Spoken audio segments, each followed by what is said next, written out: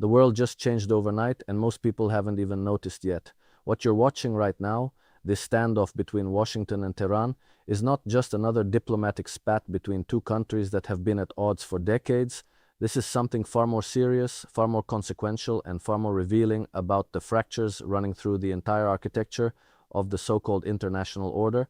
And if you're watching this thinking it's just background noise, I want you to stop and really pay attention, because the decisions being made in the next few days could reshape global power in ways that will take years to fully understand. Iran has rejected a US proposal to end the war with the Islamic Republic, setting out its own conditions for peace according to state media, even as Iran's foreign minister said Tehran does not plan to negotiate with the US at all. Let that sink in for a moment. The United States put a 15-point plan on the table, a comprehensive document covering everything from nuclear dismantlement to sanctions relief, and Iran looked at it and said no. Not just no, but came back with 5 demands of its own that Washington is already calling, in the words of one US official, ridiculous and unrealistic. And yet here we are. 2 nuclear-adjacent powers, one of them actually nuclear-armed, locked in a shooting war that most Americans are only dimly aware of, while the Strait of Hormuz, the single most important choke point in the global energy supply, hangs in the balance. This is where history turns, and you need to understand every layer of what is actually happening here, because the mainstream version you are being fed is missing the most important parts. Let me walk you through this carefully, because the details matter enormously. Under Trump's proposal, Iran would commit to never pursue nuclear weapons, dismantle its 3 main nuclear facilities, and surrender all enriched uranium to the International Atomic Energy Agency. Tehran would also be required to suspend ballistic missile production, limit the rest of its missile program, reopen the Strait of Hormuz, and stop funding regional proxy groups including Hezbollah, Hamas, and the Houthis. In exchange, all international sanctions on Iran would be lifted, and the United States would assist and monitor Tehran's civilian nuclear program. Now, on the surface, this sounds reasonable. You disarm, you get sanctions relief, you rejoin the global economy. That's the headline version. But when you start reading between the lines, you begin to see why Iran called this a wish list, not a peace proposal. Think about what is actually being asked here. Iran is being told to dismantle its nuclear program entirely, surrender its enriched uranium, give up its missile capabilities, cut off its regional allies, reopen a strategic waterway it currently controls, and do all of this while bombs are still falling on its territory. Tehran said it remained highly cautious about the US, which launched strikes on Iran twice under the Trump administration, including the February 28th strikes that started the current war. So from Tehran's perspective, you have a country that broke 2 previous rounds of negotiations with military strikes, and now that same country is asking you to completely disarm as a precondition for peace. Would you trust that? Would any serious government trust that? The US attacked Iran twice, in June 2025 and again in February, while negotiations were taking place. The Iranian official questioned the sincerity of the US proposal by raising these 2 previous rounds of talks, which ended with the US attacking Iran. The official said the US had no genuine intention of meaningful dialogue, and this is the crucial point that the Western press keeps glossing over. This is not a situation where 2 parties sat down in good faith, failed to agree, and walked away. This is a situation where the United States engaged Iran in negotiations and then attacked while those negotiations were still open. Twice. That is not a minor detail. That is the entire context through which Iran is now reading every single word of this 15-point proposal.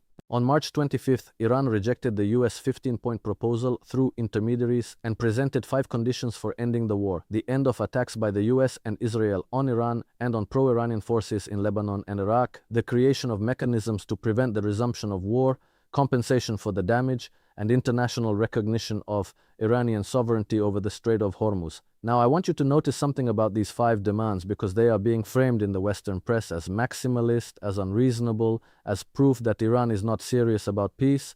But look at them again through the lens of a country that has been bombed twice during negotiations. Demand 1, stop bombing us. Demand 2, give us a guarantee that you won't start bombing us again the moment we lay down our arms.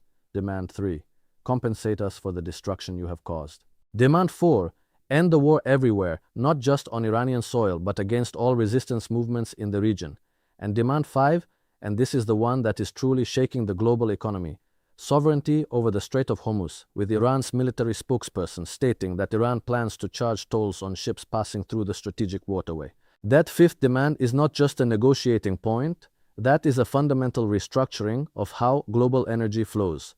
The Strait of Hormuz is the waterway through which a fifth of the world's oil and liquefied natural gas supplies are shipped. 1/5, 20% of the entire planet's energy supply passes through a channel that Iran is now saying belongs to Iran, and that any vessel wishing to use it will pay a toll to Tehran.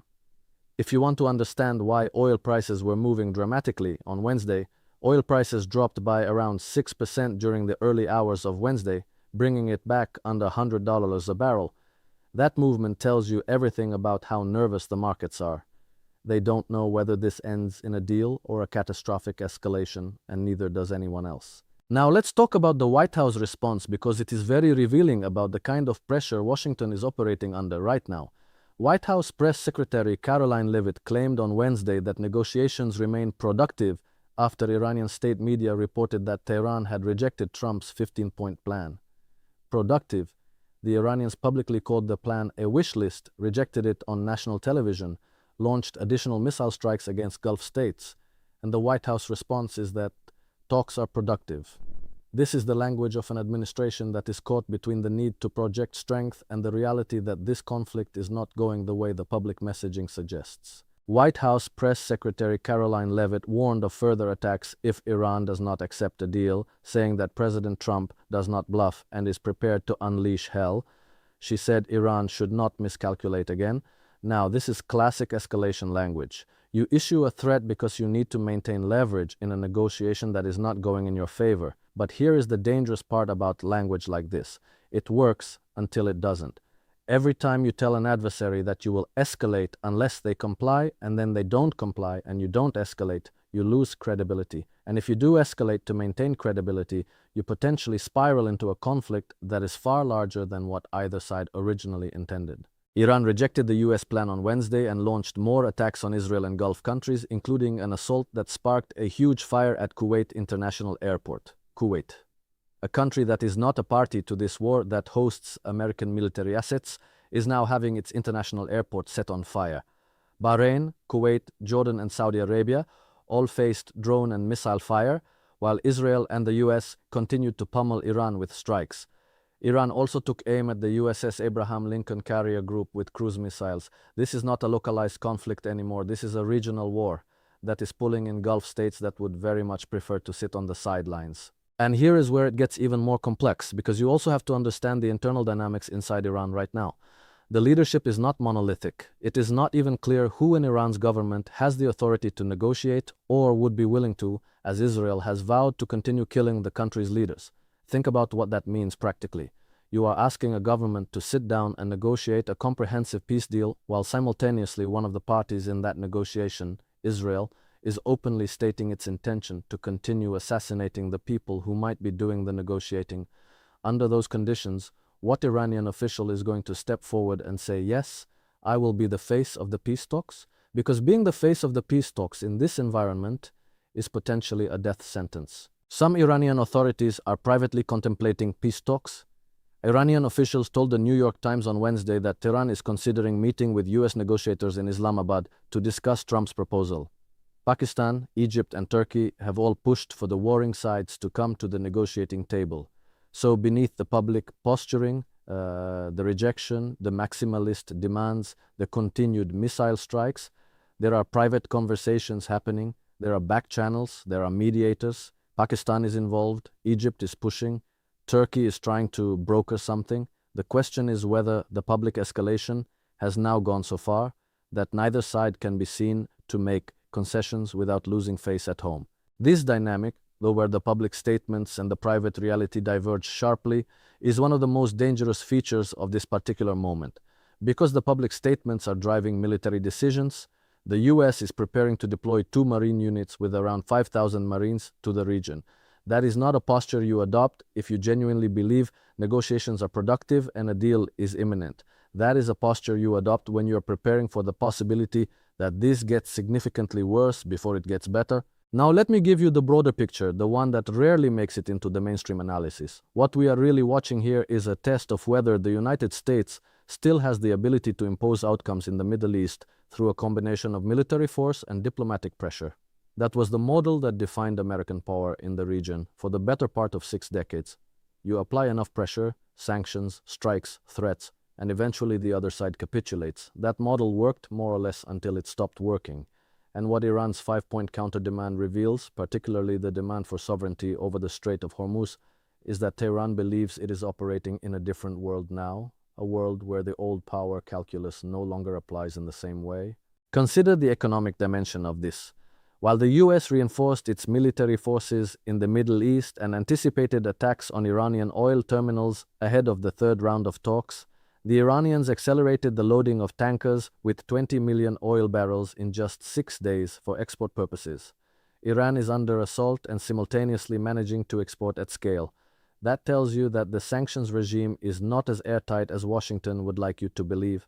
There are buyers for Iranian oil. There are countries willing to absorb those barrels regardless of American pressure, and those countries, we do not need to name them explicitly, but you can think about who they are, represent a parallel economic architecture that is quietly insulating Iran from the full force of American financial pressure. This is why the demand for Strait of Hormuz sovereignty is so significant. If Iran were truly isolated, truly on the ropes economically, demanding sovereignty over a major global waterway would be a negotiating absurdity. You don't make maximalist demands from a position of genuine weakness. You make them when you believe you have enough leverage, enough resilience, and enough outside support to back them up. An Iranian official dismissed the US proposal as a wish list, and the source explained that Iran has a clear understanding of what conditions it requires for a ceasefire and what it will reject. The confidence embedded in that language is not the confidence of a country that is about to collapse. It is the confidence of a country that believes it can outlast the pressure, just as it has outlasted pressure before. And then there is the Israeli dimension, which complicates everything further. Israel said it had struck targets in Tehran, as well as a submarine development facility in the central city of Isfahan. Israel is not a passive actor waiting for American diplomacy to resolve this. Israel has its own objectives, its own timeline, and its own calculations about what an acceptable outcome looks like, and Israel's definition of acceptable is almost certainly not compatible with any deal Iran would actually sign. So even if the United States and Iran could somehow find a formula that both sides could live with, you have a third party actively conducting military operations that are designed to prevent any such formula from taking hold. Trump claimed that Iranian leaders wanted to resume negotiations and that he had agreed. However, the Speaker of Iran's parliament denied any direct talks are taking place, while an Iranian military spokesman mocked the attempt at a deal. Two completely contradictory realities are being presented simultaneously to the public, one from the American side claiming progress, one from the Iranian side denying any direct engagement. Both cannot be true. And the fact that we are in this information environment, where basic facts about whether talks are even happening cannot be verified, tells you something important about how uncontrolled this situation has become. What should you, as an American who is paying attention and trying to understand what is really going on, take from all of this? You should take from it the understanding that the framing you are getting from the mainstream media, Iran as the recalcitrant rogue state refusing reasonable American overtures, is not the full story. Iran insists that it has no nuclear weapons ambitions and only uses its enriched uranium for civilian purposes. Whether you believe that or not, the context in which Iran is operating, a country bombed twice during active negotiations, watching its leaders get assassinated while being asked to disarm, is a context that produces rational reasons to reject the 15-point plan that have nothing to do with irrationality or bad faith. You should also take from this the understanding that the global energy system is now genuinely at risk in a way it has not been in decades. A fifth of global oil and gas supply runs through a waterway that is now a disputed sovereignty claim in an active shooting war. The implications of that for American consumers, for the American economy, for global inflation are not abstract. They are very concrete and they are unfolding right now. And finally, you should take from this the recognition that what we are watching is the stress test of a global order that was built on a set of assumptions: American military dominance, dollar supremacy, the ability to sanction any country into compliance, that are being challenged simultaneously on multiple fronts. Iran firing back with 5 demands, is not just a rejection of a peace plan. It is a statement about who gets to set the terms in a world that is no longer unipolar. And the answer to that question will define the next chapter of everything.